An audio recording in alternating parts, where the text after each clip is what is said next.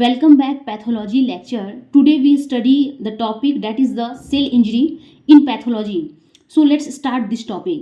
So सबसे पहले हमने देखा था कि अगर हमारा सेल में किसी तरह का फिजियोलॉजिकल एंड पैथोलॉजिकल स्ट्रेस आएगा तो उस स्ट्रेस के अकॉर्डिंग, उस इन्वायरमेंट के अकॉर्डिंग क्या कर रही थी, हमारा सेल जो थी, हमारी जो बॉडी के सेल थी, वो उस इन्वायरमेंट के अकॉर्डिंग खुद को एडेप्ट कर रही थी, जिसको हमने सेलुलर एडेप्टेशन कहा था। और सेलुलर एडेप्टेशन में हमने बहुत सारे टॉपिक कवर कर लिए थे, hyperplasia, hypertrophy, atrophy, metaplasia and dysplasia. Hypertrophy में क्या था, स्ट्रेस की वजह से क्या हो रहा था कि जो सेल था उसका साइज इंक्रीज हो जाना, नंबर ऑफ सेल का इंक्रीज हो जाना, नंबर ऑफ सेल का डिक्रीज हो जाना एंड सेल का रिप्लेसमेंट हो जाना, ये सारा क्या सेलुलर एडेप्टेशन था।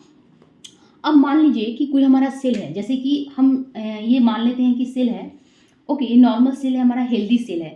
उस सेल में क्या हो रहा है, अब स्ट्रेस आ रहा है जो कि आपका फिजियोलॉजिकल एंड पैथोलॉजिकल दोनों हो सकता है। इस स्ट्रेस की वजह से क्या हो रहा है, हमारा सेलुलर एडेप्टेशन हुआ, जो कि हम पहले कवर कर चुके हैं।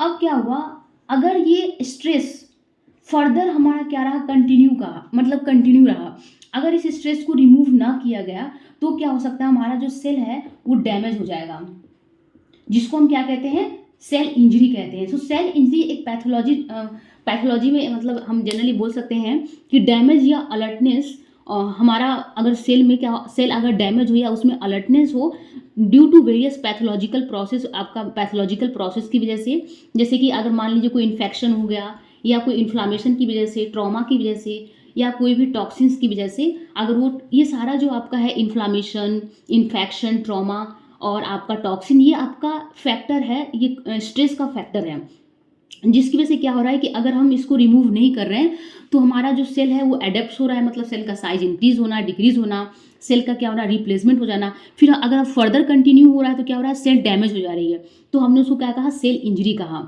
आई होप कि आप सेल इंजरी समझ गए कि सेल इंजरी क्या होता है। अब हम समझते हैं कि सेल इंजरी का क्या क्या कॉज हो सकता है।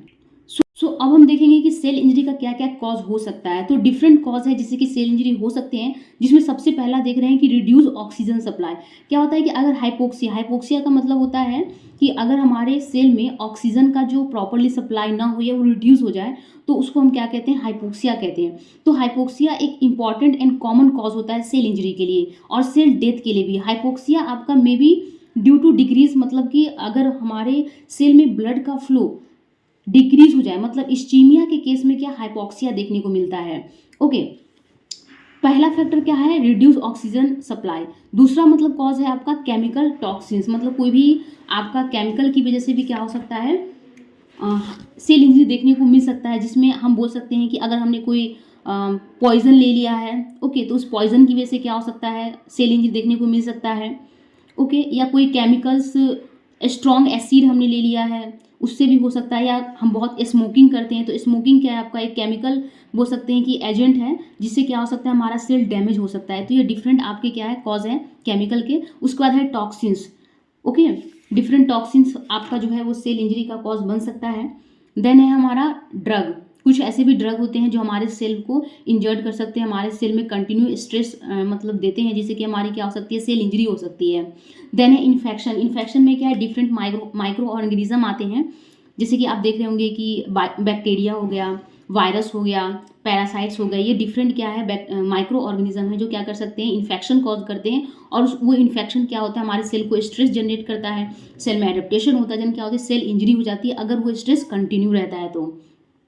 देन अदर है डेट इज द फिर आपका है न्यूट्रिशनल इम्बैलेंस। न्यूट्रिशन इम्बैलेंस मतलब हुआ कि अगर हमारे बॉडी को प्रॉपरली न्यूट्रिशन नहीं मिला तो क्या हो सकती है, हमारी बॉडी इंजर्ड हो सकती है। तो ये आपका एक और कॉज हो गया, that is the nutritional imbalance. फिर देन है हमारा एजिंग। एजिंग भी एक मेन फैक्टर है सेलुलर इंजरी का। और भी फैक्टर हो सकता है, जैसे कि हम बोल सकते हैं कि आपका ऑटो इम्यूनो डिजीज़ हो गया, हाइपर सेंसिटिव रिएक्शन हो गया, ये सब जो इम्यूनोलॉजिकल रिएक्शन होता है ना, एबनॉर्मल इम्यूनोलॉजिकल रिएक्शन, ये सब भी क्या हो सकती है, सेल इंजरी का कॉज है। तो जनरली हमने इस वीडियो में क्या देखा कि सेल इंजरी होता क्या है, तो सेल इंजरी और उसका क्या क्या कॉज है, सेल इंजरी का क्या क्या कॉज हो सकता है। तो मैं एक बार फिर से रिवीजन कराती हूँ।